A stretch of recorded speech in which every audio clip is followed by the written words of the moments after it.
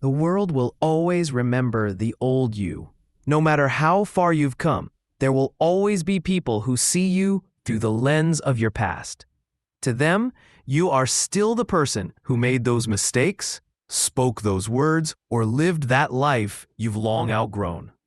They remember your failures vividly, but your growth quietly goes unnoticed. This is the nature of the world. It clings to memory because memory is easy. Understanding is hard. People are comfortable holding on to the old version of you because it doesn't challenge them to update their perception. The idea of your growth forces them to rethink what they know, and not everyone is willing to do that. Some are too attached to the story they've created about you. Others use your past to make themselves feel secure, as if your former weakness confirms their superiority.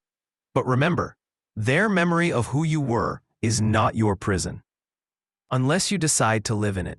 What others recall doesn't define you. People love to remember. They hold on to versions of you that no longer exist.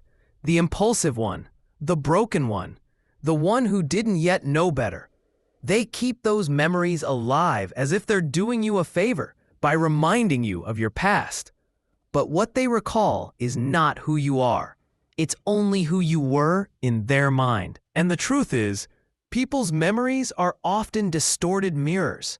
They reflect fragments, not your full reality. Marcus Aurelius said, "You have power over your mind, not outside events." This is the heart of Stoicism. You can't control what others think, say, or remember about you. Their perception belongs to them, not to you. You can't stop someone from revisiting your old chapters, but you can refuse to reread them yourself. Their opinion is a story told from their limited perspective. Your truth is written in your actions, not their words. When someone brings up your past, they aren't actually describing you. They're describing their version of you. Maybe it's shaped by misunderstanding, jealousy, or old emotions they never resolved. But whatever it is, it's not your burden to carry. The Stoic mind doesn't seek to control how others perceive. It seeks to remain unshaken by their misperception. Think of it this way. Their memory of you is like a shadow. It may resemble you, but it has no substance. It follows you because light shines on who you truly are. The brighter you grow, the clearer that shadow becomes. But it can never touch you. It only moves as you move. If you turn your attention toward it, it seems larger. But if you keep walking forward, it fades quietly behind you. In the Stoic view, the self is not defined by the past, but by the choices of the present moment. Epictetus taught that nothing outside your mind can truly harm you. Not judgment, not gossip, not the memory of who you once were. Only you. When someone brings up your past, they aren't actually describing you. They're describing their version of you. Maybe it's shaped by misunderstanding, jealousy, or old emotions they never resolved. But whatever it is, it's not your burden to carry. The Stoic mind doesn't seek to control how others perceive. It seeks to remain unshaken by their misperception. Think of it this way. Their memory of you is like a shadow. It may resemble you, but it has no substance. It follows you because light shines on who you truly are. The brighter you grow, the clearer that shadow becomes. But it can never touch you. It only moves as you move. If you turn your attention toward it, it seems larger. But if you keep walking forward, it fades quietly behind you. In the Stoic view, the self is not defined by the past, but by the choices of the present moment. Epictetus taught that nothing outside your mind can truly harm you. Not judgment, not gossip, not the memory of who you once were. Only you. Action can disturb your peace. And so, when people recall your past, they may be trying to trap you in an identity you've already outgrown. The wise person simply smiles, acknowledging that they have every right to remember, just as you have every right to move on. Do not waste your energy correcting their narrative. The need to be understood is often the biggest chain that binds a growing soul. Let them think what they will. Let them speak what they must.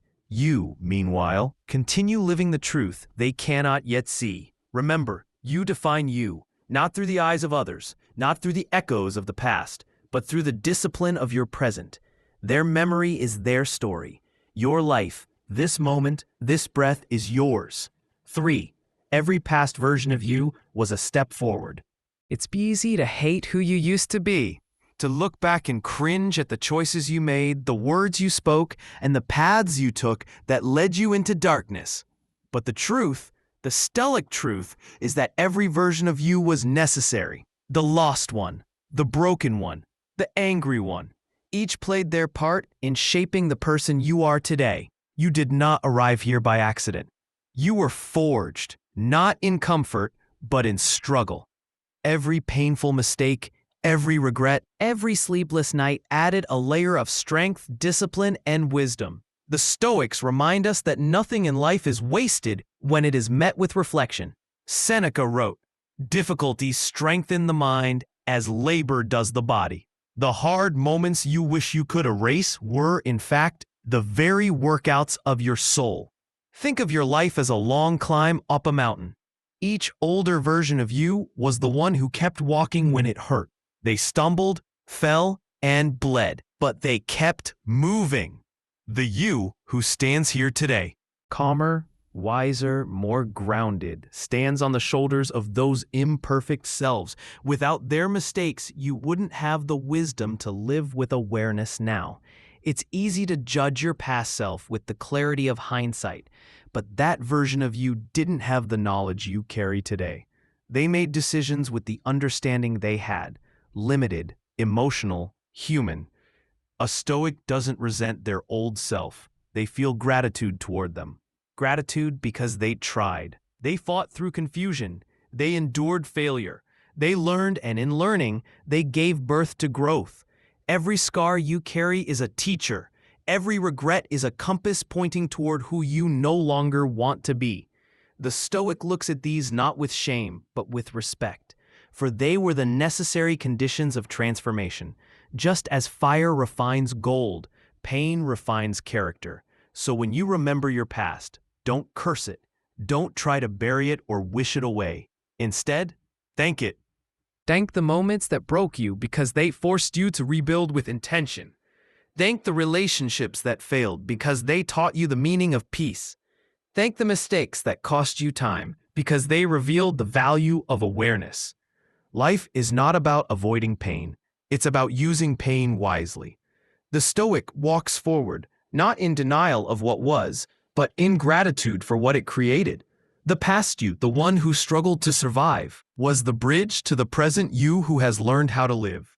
So honor every version of yourself. They are not your shame. They are your teachers. Every step, even the wrong ones, led you here. And here, in this moment of understanding, is exactly where you were always meant to be.